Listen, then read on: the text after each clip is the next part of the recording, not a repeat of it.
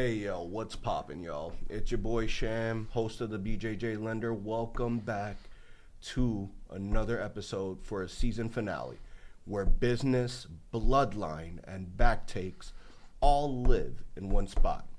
Like I said, I'm your host Shamir, also known as Sham, your favorite commercial loan broker, tax and wealth strategist, and today we're taking it behind the curtain. All right, kayfabe's over, y'all. We're talking marketing, branding, and how you either eat or get ate out here in these digital streets. So for this final round of the season, I had to bring in my guy, the mastermind behind Fokus, the agency that's been helping folks like me build a digital presence, drive leads, and stay 10 steps ahead of the algorithm. Let's welcome my boy, the ops tactician himself, Areeb Mirza. No fluff, no cap, just real game. Now with that out of the way, hit my fucking intro, y'all.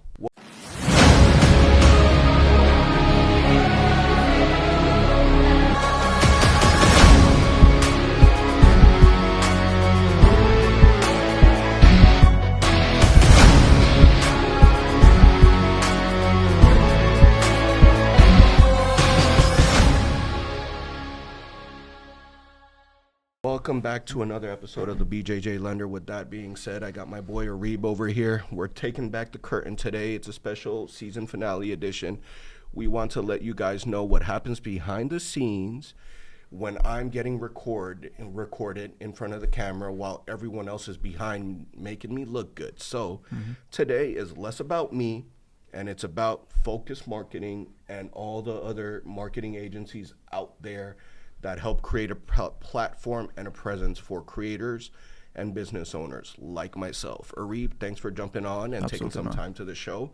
I know you're usually camera shy. Psych, he has his own, he's always on Instagram and social media. You can see him all over. With that out of the way, before we get into the meats and potatoes of this show, just introduce yourself. You know the habit. You already feed me lines behind the camera, so you know what to do, bro. Absolutely, man. First of all, thanks for having me. No problem. To introduce myself, I guess I'll take it a step back. So, born Fort Lauderdale, Florida. Lived in Pakistan for just say Miami. A while. Miami, yeah. Miami wasn't popular back then, so right. Like Fort Lauderdale. So, lived in Pakistan for I would say like 10 plus years as well, which now in hindsight kind of like seems like a dream because like the world has been moving so fast, but. Yeah, so right now what we're doing is we help service-based businesses with their marketing. So I think that's what the podcast is about as well. So we pretty much kind of like take everyday business owners who are, busy, don't have time to kind of like create content, run ads, while simultaneously and them understanding on, the importance of content and ads and just kind of like bring that to life for them. So that's basically what we do. Yeah. What inspired you to start Fokus? I know your history. Let the viewers be that are watching behind the TV screens and computer screens a little more in on it. I don't think it was any inspiration that made me start Fokus. So for example, before that, it was just kind of like doing things on my name, like Areeb Mirza. It was like everything LLC was under my name. But then I was like, okay, now we need to kind of like put some sort of identity towards it. So there's no kind of like this romance stories where I just kind of like fell on a rock, hit my head, and I was like, Focus, I should do that. Thanks. It was just more one of those things where I was just sitting on my computer. I was like, okay, what's like a good name for the company? And then I went to like a lot of reiterations. I was like, okay, like focused camera, focus this. I was like, okay, it needs to be somewhere in focus because that's kind of like my whole thing. My whole life philosophy, like you need to be focused in whatever you need to do. So I was like, okay, focus. Let's just call it that with a K, because with a C it was like too just mainstream. So I was like, okay, focus with a K. Let's do that. Truth. And I remember how you got my attention. I was scrolling down, doom scrolling on Instagram as I do in the middle of a work day, and I'm like, you're a local Houston, digital marketing agency. And I needed some exposure. I know I had to create some content. My social media manager, Rose, said I have to start putting some stuff on my social media.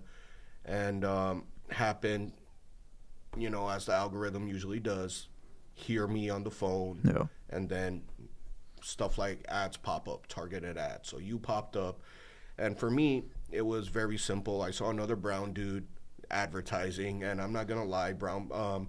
I work with my type primarily, mainly, and it's not a rub on against anybody. It's just I'm more comfortable educating and working with South Asian, Pakistani, Bangladeshi, Indian, and of that subcontinent diaspora because I'm used to it. Yeah. And you understand me, and I feel like you understood me from the jump. Like the first two meetings we had, you kind of got the vision, you put it to light and stuff like that.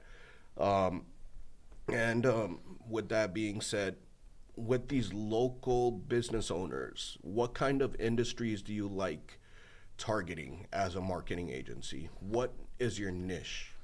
So when it comes to niche, and this is a very interesting one, I try not having a very specific niche because some people you'll see like they'll only work with like doctors or law firms or like certain type of business. So I try to look at it as in like, okay, what type of business owners kind of like need my help and who can I serve the best? And I was like, okay, there's a whole subsector of market I can pretty much kind of like target. So everybody needs content, everybody needs ads. So that's where in the beginning, it was basically like, okay, let me just try to work with as many other type of businesses as I can. And this was, of course, 3 to 4 years ago. And then from there, kind of like your niche develops by itself. Okay, so you can help this type of industry, you can help this type of industry, you cannot help these type of industries. So what we try to stay away from is something like restaurants, product-based, so service-based, medical, doctors, anything. If you have a coaching offer, online offer, like financial services, we can definitely help you. Absolutely. And how do you differentiate from all the other cookie cutter agencies? How does Focus stand out? Yeah. So not knowing that much about other agencies, because I just try to, focus on ours. Right. No pun intended. How we try to differentiate is just, I think, on the customer service side. And one thing that, of course, our clients tell us whenever we do a testimonial stuff is the personalization towards them, because marketing is one of those things where the technical side isn't that difficult to do. Mm-hmm. Like you can run an ad campaign, you can like make content, that's fine, but the personalization is always the thing that helps you scale. Like how personalized is your message and how are you executing that in the online space?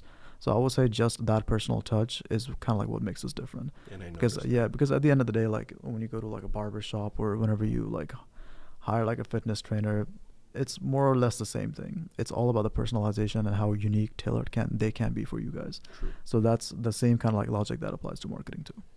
And I noticed this. You guys do a blend, and that's what really attracted me and towards Focus. And you know this because I told you before, I outsourced my content creation overseas, and I got what I paid for, let's say.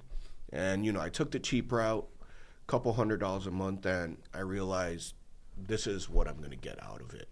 Yeah. And, if you want to, get the real deal when it comes to content creation and stuff, you got to shell out the big bucks. And I learned my lesson from doing that. And what I noticed with Focus that I don't see a lot of marketing agencies in the space do now that, I've been repped by you guys, is they either do paid ads or content creation, not both. Yeah. Most agencies either have one niche and they stick to it. What made you realize combining these two, blending these two strategies is the most optimal strategy? Yeah, this was quite an obvious one. And even now, like a lot of companies I've started to see are offering a blend of both. And it's because of a key reason is because if you run ads without content, your ads are not going to perform as well. Mm-hmm. Because whenever you're running ads, people will always kind of like do their homework on who this person is this person a scam? Should I even trust this person in the first place? So that's where content in and of itself is more of a credibility builder. And then ads is where you primarily talk to your core demographic, your ideal audiences. And then that's where kind of like the whole piece of puzzle comes around. So if you're only doing organic, it's hard to kind of like make money off of organic unless you're blowing up on the B2C side of things. And you have to be B2C to do well on content. Absolutely. But when it comes to, of course, B2B services, that's where I saw like the blend of organic and ads kind of like helps scale way faster. Like literally within 60 days, you can start getting like leads and clients. Yeah. And what would you say is the biggest mistake that small businesses make when it comes to digital marketing? And yeah, you saw this with me in the very beginning. And like, I had a wide range of services. I understand that. And it helped me really, zone into what I really want to focus on. It helped me figure out my why in the past year, how much I've grown with you. So, but what would you say is like the biggest mistakes when you see small businesses doing when it comes to marketing? Yeah, it's marketing is kind of like the face of your entire company. So it's just one of those things where if you don't pay attention to it, you're not representing or you're not just doing yourself justice. Right. Because if it is kind of like the face of your brand and you're not paying well attention to it, then people just don't portray you as serious. So this is just one of those same things. Like if you have a kid, you won't give it like torn clothes. You want it to have good representation. People are gonna see him. I'm like, okay, because that kid is a direct representation of you as well. Right. So how they see the kid is how they're going to see you. Same thing.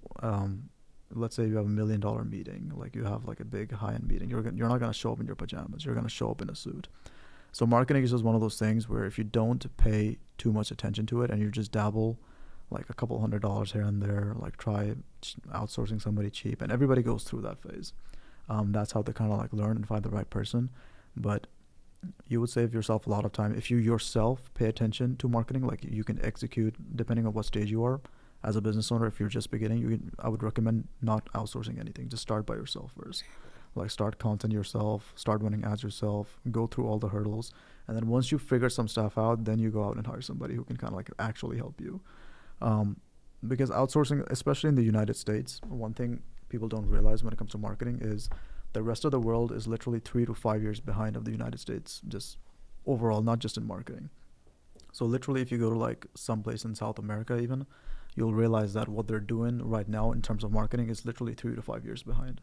So over here, talking head videos are like very popular. Podcasts is very popular. Other parts of the world are just picking up on talking head reels podcasts.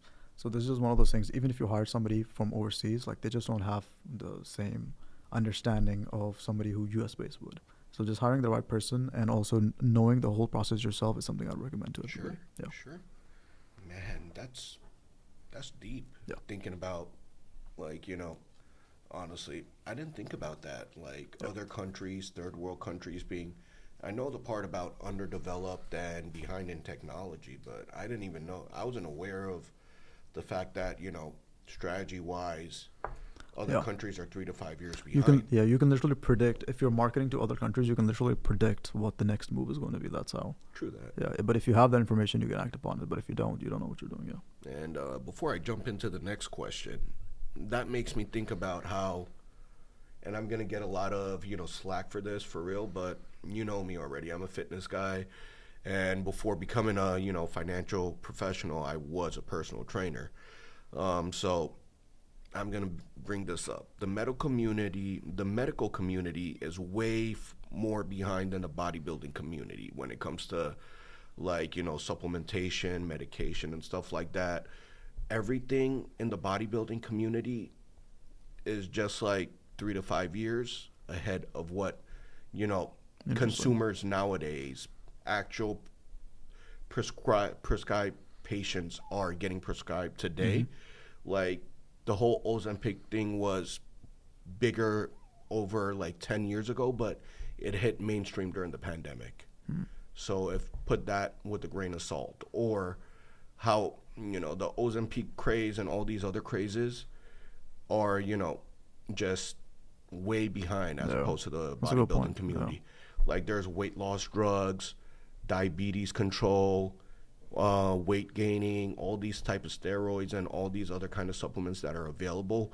Enhanced or natural supplementation is all available that the media and the regular community is not aware of, but regular population, but people in the fitness community, they already know about it. But the only reason why it's not, addressed to the media publicly is because it's still under testing. It's not FDA approved, and it's always going to be under these labels. Yeah. Just a bunch of fat people in FDA. Supersize me. And how I just brought up the pandemic. So to highlight the pandemic. How much has marketing changed post 2020? So everything's went more online, definitely. So that's like just has that's something that's happened just across the board. So you'll see a lot of online offers, a lot of online fitness coaches. So that's definitely something that the pandemic has changed when it comes to not so much of the marketing, more so of the types of services that are being marketed. So for example, some things you wouldn't ever do through a Zoom call. So something like a fitness one. It's just on the online services side of things. I've definitely seen that's exploded. So that's, I would say, one of the main changes that has happened. Yeah. Like, I see the game has changed a lot. Yeah. Like, it's a lot more online presence. And again, fitness is in the forefront. Fitness was what, 5 years ahead. People were making like Instagram videos, Snapchat videos. I was a personal trainer, like I said. I used to market myself on Snapchat, workouts and everything. But doing this compared to being a personal trainer is a whole lot more different, because all I had to do is have a camera on me and record myself doing workouts, or my clients doing workouts. Now I'm actually sitting down here talking to a guest, you, even though you're technically, this is your house and you rent it out to me. It's different because I have to talk in front of a camera giving advice, whereas when I was lifting, I just had weights on my hands and just lifting. You know what I'm saying? Yeah. All right, let's switch over to branding and conversion. So talk to me, Areeb, about the balance between pretty branding and actual ROI. Because like you mentioned, when you start, it's all about just getting started. You don't have to outsource the work. The content doesn't have to be the prettiest content. People just want to see you putting up content and seeing you grow while you figure out the secret sauce and stuff. So what would you say when it comes to that? When it comes to branding, I think a lot of people's head directly go towards like a website or a logo. I look at branding a little differently, in a sense where you're kind of like a walking billboard of yourself. So for example, let's say you're the owner and you're marketing yourself, like how you appear on camera, what you say, how you say it, what you stand for, all of those come under branding, and those have a longer term impact. Logo, you can change the colors all you want. Website, you can change all you want. But branding is just one of those things where it's also a marketing term, but you're branding yourself towards a specific audience. So how you portray yourself and how you appear on camera, what you say, what comes out of your mouth, what articles you publish, all of those come under the branding term, because it just kind of like portrays an image of you. Same with the Red Bull. Like I have a Red Bull over here. They've portrayed themselves as kind of like an extreme sports drink. Right. And they'll have events where the person is following, I don't know, like outer space. They have like all these extreme events they sponsor, because they have a branding. They have an idea of who they want to target, and that's what they brand towards. So that's how you use branding in particular. Yeah. Let's talk about the actual ROI. How do you brand yourself and you get ROI out of it? So to brand yourself and get an ROI out of it, like I said, if you're talking to the right people and your message resonates with them, and then of course if you have all the back end stuff set up as well, like what should that person do once they do find out, once they do resonate with your message? Like, have you made the whole sales process easy for them? Like, do they just click on your website, book a call with you, or just click on the website, buy your product? That's how you mainly get an ROI with that. And making sure the SOPs are in place, basically. Exactly. As long as you're talking to the right people and you know who that person is, I think you'll be fine. All right. That takes me to the next question. Pretty branding, ROI. You saw this question coming from a mile away, Areeb, and I think this was probably one of the first questions I asked you. What makes a piece of content convert? I'm not talking about viral, but just what makes a piece of content convert over to sales? Yeah, I think a lot of people have this connotation of like they need thousands and hundreds of thousands of views to, like. I only got 1,500 followers on Instagram? Yeah, to get a lot of cash. As long as, and this is like very important for people to understand, because there's people with less followers than you, like I would say like 4,000, 5,000, even 1,200, and they're making just like way more money than people who have like a following of 400,000, 500,000, because they have direction and they have a service to sell on the back end. So your customers, your ideal customers, and this is assuming you have a service that's solving a problem, you have a customer base that has a problem. if you're making content that is talking about how you can solve that problem, you don't need to go viral. You just need to talk to the right people who see themselves in the video and they were like, yes, this video is made for me. I understand what this person is saying. Even if it has like 400, 500 views, I get mentions of my videos all the time. So if for example, YouTube video has like 100 views, somebody on my sales call would mention that video. Like, hey, Areeb, I saw that video. Like you were talking about the Facebook leads, unqualified leads. Like, I'm not trying to get views on there. I'm just trying to get, I'm not trying to get like a million views on there. I'm still trying to get views, but I'm trying to get views from the right people. So because I like, Banjeet from Bangladesh is not going to help me pay my bills, you know. So I need to make sure the right people are watching it, Right. and everyone else I just disqualify and ignore. Right. Baljeet's not going to pay my bills, bro. Yeah. Exactly. Before I jump on to agents and the next topic, which is agency and client relationship, which by the way, both no, of no, us. yeah, no offense to Banjeet. So like, Yeah, no offense, man. Yeah. We love our peoples at the end of the day. They do hard work for cheap labor. Yeah. And I just got to put that out there. What makes a piece of content convert? I just asked you that. Thoughts on paid versus organic traffic? What's the ideal mix? That's a good question. So organic is interesting. Like I said, organic is more of a credibility builder. So let's say you're starting from complete zero. Like use organic to just establish your credibility. Mm-hmm. Like I would pretty much get out of the mindset where you're going to go famous. You're going to walk in like with a red carpet with Kim Kardashian. Like you have to get out of the mindset. You need to use organic as a credibility builder, and then use paid ads to kind of like use the credibility to sell your services more. Sure. So paid ads is where you attract your ideal demographic. You talk to them directly, assuming you have the right ads and system in place. After that, you need to make sure that whoever's going to do more research on you, they have the ability to do their research on you. So whether that's on content, whether that's, you know, like them looking you up on LinkedIn, wherever you are, content is pretty much everywhere. You need to make sure you have all those resources in place for them to do more research on you. So that's how we use content. Gotcha. Thank you for that. Thank you for sharing that, Areeb. All right, so this is something both of us could agree on and answer. You're the guest. You're the host today. Let's talk about agency and client relationship. All right, what makes a great client for you, man? What red flags do you avoid? Like, what's your ideal client profile? So of course, after going through if they're a fit for our niche, the things we of course look for in an ideal client is You have a criteria as well. Yeah. So one of the things we try to avoid is like if they're afraid to like this is a new criteria. Like if they're afraid to spend on ads, that's something kind of we make an expectations right away. Like, hey, if you're afraid to spend like $20, $30, $50 on ads, and I just kind of like break down the whole math. Right. Because ads at the end of the day is like a complete math. Okay. So I just tell them, okay, if your service costs this much, let's say if your service costs like $5,000, like you need to be comfortable spending $5,000 to acquire a $5,000 customer. Because most people have this in their head where they're like, oh, I just want to spend $20 a day. I want to acquire like $5,000 customers. I was like, you can't even get that money back on like Bitcoin at its peak. So like I just try to reframe expectations when it comes to advertising too. If it's a high ticket cost, be sure, like, let's just say your service is $3,000. Be sure to spend, cost per acquisition or whatever. Yeah.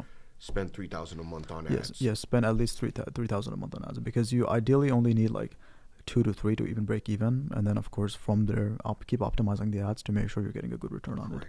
Yeah, so the ideal customers is just basically who have an open mind on trying new things. They're not too set on their own ways, because we have some people who will come into the program and then they just want to do things kind of like their way, which kind of like defeats the purpose of the whole, So like why what sign we up offer. with you? Exactly. It just defeats the whole purpose of what we offer.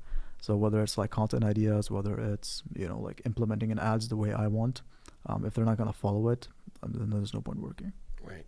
How do you handle business owners who wants leads yesterday with no strategy? And fortunate enough for you, when I came in, I already gave you the play. I already gave you a strategy. So I'm probably one of the easiest clients you have to rep. So thankfully, I wasn't one of those head cases that wanted leads with no strategy. No. So your question is a business with no strategy wants leads yesterday. Yeah. So a business who wants leads yesterday with no strategy, I would ask a few questions just within your own business first. Mm-hmm. So it's like, look at your acquisition sources, and then look at your current customer base, assuming you have a customer base at the moment. And I would look into similarities. Okay, what are the key things you have solved amongst, let's say, 20 clients you have? And then what are some of the common objections these clients have gave you before signing on with you? And just try to analyze the data you have currently within your own client base, and that's going to give you enough marketing material to find more people like you have right now. So let's say some person says, I really hate making videos by myself, and you notice that 40% of your customers said the same thing. So you can literally go ahead and make an ad like, are you a business owner and you hate making videos by yourself? You can literally just use that angle. Now you know what the pain point is, and you can use that strategically to kind of like make ads and then get leads that way. But paid advertising isn't kind of like a magic button. It does become a magic button at a certain point, but at that point it took us 3 months to finally figure it out, and that's when we began closing deals with you. And that's kind of like the timeline. It will take you like 90 days. Yeah, and that's why you as an agency and me as a financial agency, when I'm doing contracts and onboarding new clients, we have them pay 90 days up front. Yeah, you did that with me. I do that with my clients. There's some things in the processing side, operation side I learned from you, and vice versa. So I learned a lot from you. Absolutely, man. Yeah, this is one of those things. If you're only going to give marketing, or if you're only going to give paid ads like 30 days, then I would just not bother doing that. Yeah, because like you said, it goes back to the beginning. Paid ads, content creation, if you do a mixture of both, you're like, that's the golden ratio, so to speak. That's like the best mix. Absolutely. Now that goes back, and you answered this before, but I see it in the list. I'm scrolling. I'm skipping a lot of questions today because I know you got a client. I got a client at 5 o'clock. Where should a new business even start with their marketing? Like, if you just started a business, have no cash, how do you start? As a new business? Yeah. As a new business, I would just focus on creating as much as you can. Like, at that point, you don't have budget to spend on ads, so I wouldn't even look at that source. I would just because we're in a world where organic is a thing, and then the videos get pushed out at a very fast pace. Like Instagram and TikTok, these platforms just throw away videos to people. So as long as you can find an organic presence and just create content organically that kind of like works well for you, that's something I would pretty much nail the head on as fast as you can. Right. Yep. Thank you. And we're almost done here, man. Let's take it to the second to last topic. Behind the scenes, we're pulling back the curtains way back right now. What's one part of agency life people don't see or appreciate? Agency life. You have to be a certain type of person to kind of like, I don't even say agency. I would say kind of like run any type of business. So let's say you want kind of like a well-balanced life. That kind of like immediately goes out the door. Right. So even with like me, it's kind of like, even if I wanted to plan my day to like, okay, today I'll take it a little slow, like that just doesn't happen. It's like always nonstop 24/7.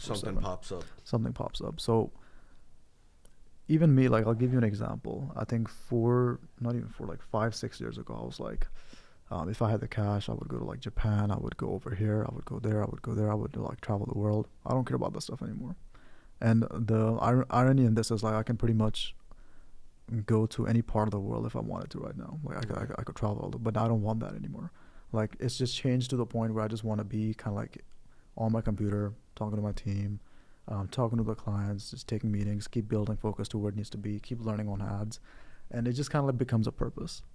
So it's just one of those things. Like if you're, depending on what your goals are, agency life definitely isn't for everybody, especially for somebody who wants kind of like family time, balanced life. It just becomes a very chaotic. I remember you were over the ocean during the holidays, like during New Year's, Christmas time. That's the only time I got, because I wanted to always go to Europe. I was like, okay, I'm looking at the year. I'm like, okay, the only time we can actually go is the Christmas time, because that's where like it's a forced holiday. Everyone's off. Like there's like you have to. And do you were something. Still responding to my texts and my calls. Yeah. Not even shutting off. Like, we text at 3 a.m. already, but I'm texting you 8 p.m. Central Time in Texas. and I think you're in Spain or something, and Yeah. you're like, yeah, it's 2:45 a.m. over here, and I'm still working. I just started, like, I'm finally replying emails and everything because, your partner went to sleep, and this is the only time you have to yourself, and you'll sleep when you die. Rest is for the. I remember when I was your age, and I was just the same. Like, I could live off of 1 or 2 hours of sleep, or I went 3 or 4 whole days, especially in college. When I was your age, I was in college, so put that into perspective. You see these YNs, young niggas, they're freaking, they're out of this world. You guys are so talented and so bright. So much props to you. But I was in college, being a frat boy, partying my ass off, getting a education and all that crap. And I realized, like, it's how you use what you learn. And Yeah. you're doing that. You're on the other side of the world and a vacation on the holidays when someone else like me at your age was studying for the finals. So Yeah, I that's mean, pretty cool. yeah, school's an interesting one too. Hmm. I mean, I'm not against it. Well, it makes sense for some Yeah. people, and you have C's. The C's get degrees, and you're probably going to end up working with someone that has a C average, like a 2.5, 3.0 Yeah. average, that knows how to operate a business but does not do a good job, like myself, with authority or as an employee, right? Yeah, yeah. Um, I just ask people like, depending on what your goals are, if you see yourself going to school, if you see yourself like, operating a business, like it's a very simple question. Like it all depends on Sure. what your goals are. Yeah. Okay. All right. So that leads to my second to last question before we do rapid fire just for fun. Is what tools or systems do you put in place to keep focus running smoothly? Because during the past year, while with you, my year with you, you were in an aggressive scaling phase, and I happened to catch you in the early part of it. So Yeah, I you remember. caught me on the tip, like we're going up there. Yeah. Yeah, you just started scaling in like summer of 2024, and I caught you at the early part of it. And matter of fact, we were driving past. My wife and I were driving past a coffee shop where we had our first meeting, Siphon Coffee out in Montrose, and I'm just like, damn, I remember when I first met you here, Yeah. and how much things have changed in the past year. Yeah. So with that being said, the question again is, what systems or processes, tools you use to keep focus running smoothly? Yeah, you can't hire retards. Yeah. Simple. That's Simple. it. You can't. Yeah, you need good people to work with you. You just cannot. Like that's my non-negotiable. I was like, I don't care how much it costs to hire this person. I want this person in my team. So my latest person that is Jamie. She's an operations person. You haven't met her, Right. but she's kind of like a wizard when it comes to automation stuff. Wow. She was literally like scolding me yesterday. Like I had a meeting with her. I was like, I read your YouTube videos, not mine. Clients' YouTube videos. Like these are not good. These edits are not good. These descriptions are not good. He was literally fighting me on there. I'm like, okay, we need this. We need this. We need this. So you need those type of people within your team. Right. Who People can will actually be able to question you. You're problem solvers. yeah. Problem solvers. And this they're- goes yeah. back to Ready, Fire, Aim. Yeah. It was in a chapter. I don't know which chapter it was today, yesterday or Monday that I read. Well, it's audiobooks for me, so I was listening. And yes, Areeb recommended me to read this book It's a good book. or listen to it, like I do. Ready, Fire, Aim for those watching this podcast. It's a very good book. You want to hire problem solvers, people that make your life easier, and people who are not afraid to question you because you're hiring them to do the job that they specialize in. They know you suck at this. Yeah. So you want them to come in and 10x this department for you. So Exactly. I'm open to conversations like that. I have conversations with you all the time where I disagree with you, but you know what's best for business, Yeah. right? So Absolutely. like, I think that we're not even talking about tools, systems, or processes right now. We're just talking Yeah. about Hiring. not hiring retards, because that's that's the probably the easy most part. important thing. Yeah, that's the easy part. You like download, ClickUp, Asana, Notion, whatever you want, build systems on there. But the hard part is like finding the right people, and these are of course people who are already doing, let's say, well within their last role, or they have ambitions to do their own thing. So making a space for them where they can still do what they want within their own company. So for example, like I still like doing the videography work, but I saw myself stopping at one point because I was like, okay, if I need to take this to where it's big. It's a big venture. Like I can't just be in the videography part. I have to kind of like force myself out of those. So I have to like go into the paperwork side, meeting side, all of these side. So yeah, that's something where you'll have to look into too. Yeah. How do you keep your Areeb? How do you keep your creative edge sharp while managing client expectations? Like, how do you let the performance of one bad client not affect the other clients that you have? Like, you might be having a bad day with one client, but your other handful of clients are doing well. So how does that one bad egg, one bad seed, not ruin your day? How do you keep your edge going? Yeah, I mean, absolutely. It's just one of those things where, of course, you have to take some accountability on what happened throughout that client as well, that specific client. And then you also have to understand there's, of course, ups and downs, not just in life and like business too. So, of course, whenever you sign a lot of clients, you have to also accept the responsibility you might lose a lot of clients. So there's always a yin and yang in these things. Right. So to keep kind of like my edge off of like a one bad seed is pretty much accepting that this is a part of the business. And then what we can do, the best thing we can do is like we can just write notes on what happened, offer them, of course, something, just still try to make sure that, like we do right by them. And just make sure that this specific thing doesn't happen again. As long as we're learning for every bad seed, I think we're in the right path. All right, this leads us. So we're pretty much wrapped up here, Areeb. Thank you. Absolutely. This is just for fun, so no pressure. If you don't have like a response, a choice, then we just next is fine. Mm-hmm. This is more rapid fire, speed rounds. What's better for growth, IG or TikTok? It depends on the platform. If it's B2B, IG. If it's B2C, TikTok. Makes sense. Yeah. Quality or quantity? For content, of course. I mean, both. That's an interesting one because with quality, there's only so high you can get, but quality is kind of like quantity is kind of like infinite. Quality you can only go so high. True. Because as long as you're not just creating like like rough videos with like no editing and then the formatting is wrong, then of course you need to make sure the quality is at a certain level. So as soon as your quality is at a standard where it's acceptable to view and you have all the basics down, then you only focus on quantity. Okay. Yeah. Second to last question just popped up in my head. What's your dream brand that you would market for? And I'm pretty sure it's I'm hoping it's not Tesla or something like that. I was about to say Tesla. Okay, then say Tesla. Yeah, I was a Tesla or SpaceX. But why? I love Elon Musk. Not because of his political stuff.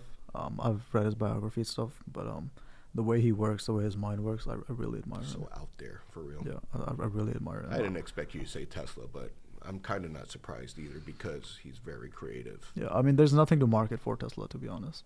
We can come up with some creative campaigns, some concepts, but overall, yeah, I would love to work with Elon. There we go. And you recommended a few books to me, like while we were even preparing for this podcast, before we even started rolling, and I've been listening to them. What for the audience watching today? What are there any marketing books or just books that you recommend that they should listen to or read if they're like a business owner getting into marketing? Absolutely. So for the basics, I really recommend just reading all of Alex Hormozi's book. It's $100 million leads, $100 million offers. He breaks down the concepts in a very easy to understand manner. So those are just the basics. Some people, of course, read those and take those to heart, and that's exactly what the book says. You're not going to be 100 million. Yeah, but it's the basics on those are true.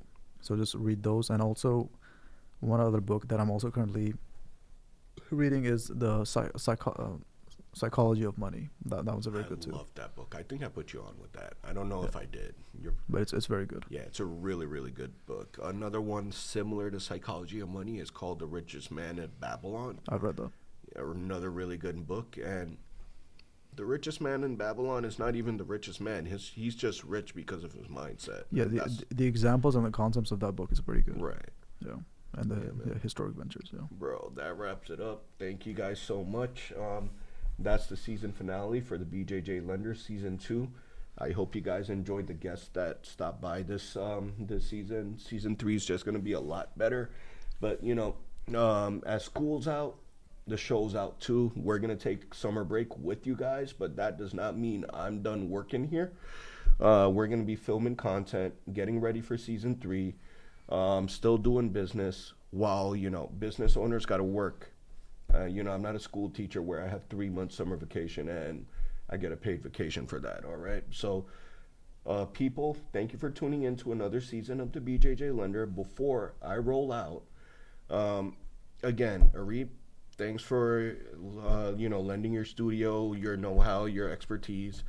For those that are starting off just now, or just a little about yourself, since if you made it this far, guys, where can we find you? What's your contact? Or for those guys in Houston, if you want to make a sales pitch to these guys, if you're trying to get more clients, you know what to do. Absolutely. So you can follow me on my Instagram. I try to post on a daily basis, and I'm not trying to sell anybody on there. I'm just like providing you actual value. Right. So I'm pretty sure if you watch like 20 to 30 pieces of my own content on Instagram, you'll have a very good idea on how to navigate the marketing world and what to do for your own particular business. And just a lot of this is very psychological and like ways of thinking. So you'll understand, well, like whenever your business kind of like has that touching point, you'll understand like it was mainly a game of breaking some mindset barriers. As soon as you break through them, you'll understand like, okay, I needed to do this, and I could have done this a long time ago, but I just didn't know what to do.